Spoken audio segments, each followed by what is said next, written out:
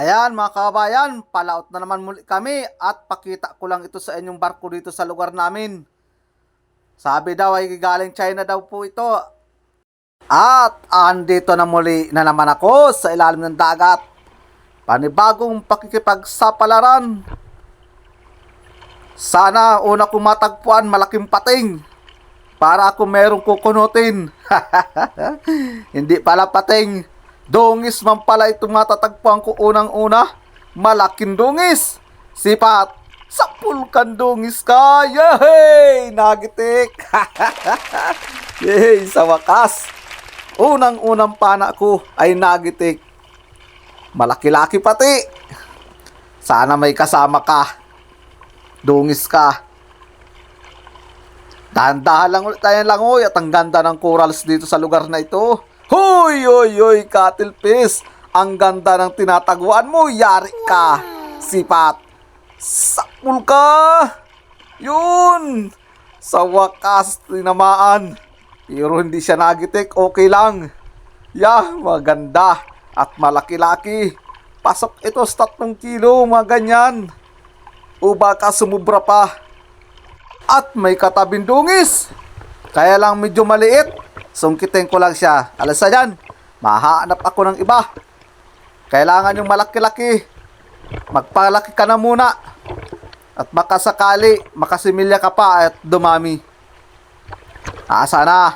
Labas-labas na kayo dyan. Magsipaglabasan na kayo. Hoy, ano ito? Yon. May dungis na malaki. Sakpul ka. Yon. Yan ang gusto ko, malaki. Pero pag ganun kaliit, ayaw ko nun. Hey, di na nakagalaw, nagitik. Hihi, kagitik. Sige, magsilabasan na yung mga nakatago dyan. Hoy, bah, Cuttlefish na naman, kulay ba to? Aha, kala mo, di kita makikita yari ka sa akin, sipat. Sapul ka. Ano ha? Yah, laki na naman ito. Makulay bato ka pa ha. Mabutit medyo malinaw pa ang mata ko. At kung hindi, ay malalampasan ko. Sayang sana nito pagkalaki. Huhuy. Sige, labas uli. Silip. Hoy, kanuping. Sipat. Sakul ka.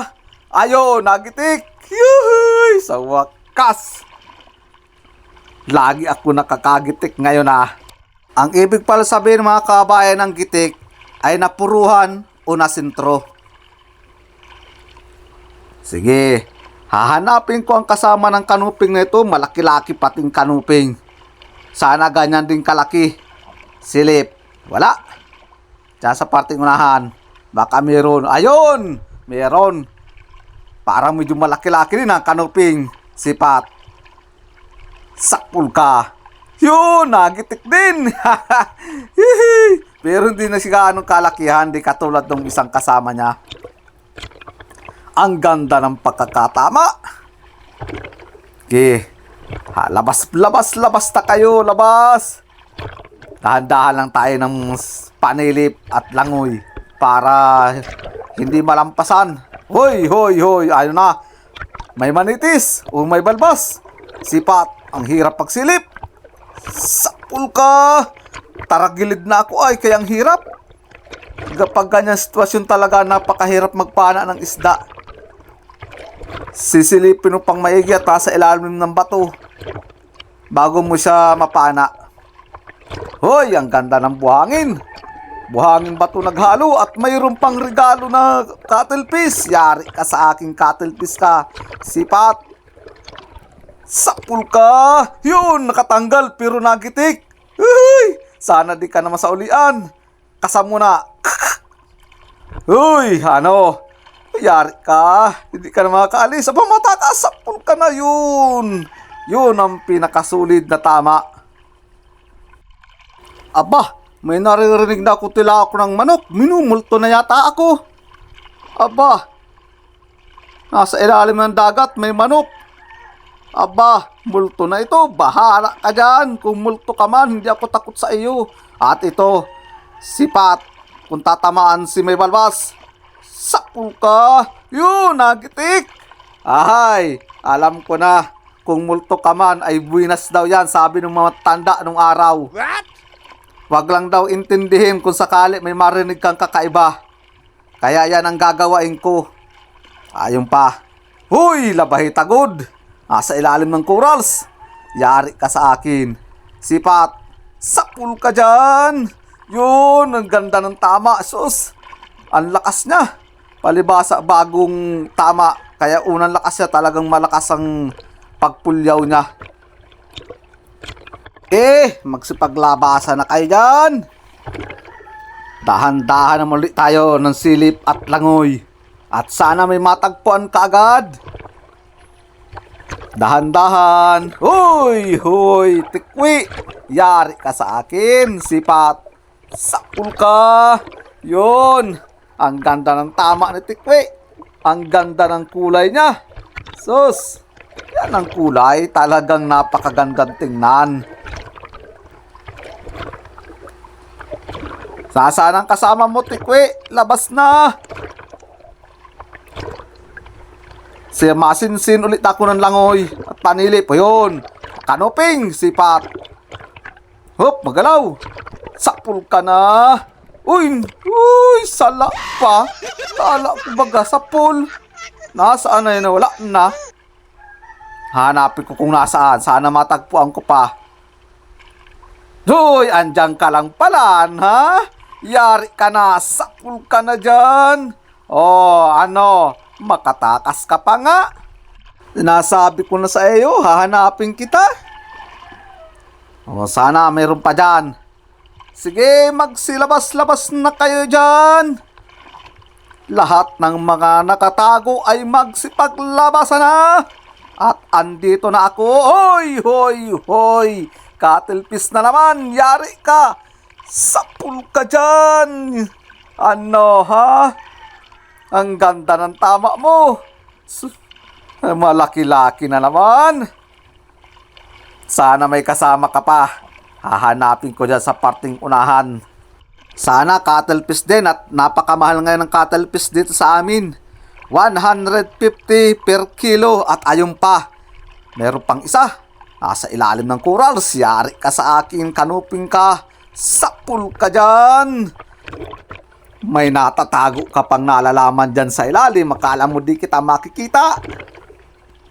At narigaluhan pa ng gitik. Huhuy! Ayos man talaga ang tama. Ano kaya ang kasama ng kanuping na ito? Yun! Nasa ilalim ng corals na naman. Sandungis. Malayo pa ay nakita ko na kaagad. Yari ka sa akin, dungis ka. Malaki-laki pati. Sipat kung magigitik. Huy, pailalim pa. Sapul ka na dyan. Uy, nakadaplis pa na punit. Kasa, pangalawang tira. Sapul ka uli. Uy, nasa dating tinamaan. Kapunit na naman. Last na chance. Kasa, sapul ka na. Oh, ayan, oh, ano, nakuha mo, nagitik ka na. Oh, hindi ka na nakagalaw. Sana matagpuan ko ang kasama ng dungis na ito. Sana yung malalaki lang, huwag yung maliliit. At hindi naman ako nakuha ng maliliit. Hoy, hoy, sinasabi ko na, dungis. Siya na ito yung kasama niya, malaki. Wow, yari ka sa akin, sipat. Sapul ka dyan. Yun, nagitik. Huy, huy. Yan man, ang ganda ng tama. Sintrong-sintro. Sana sunod-sunod akong makagitik.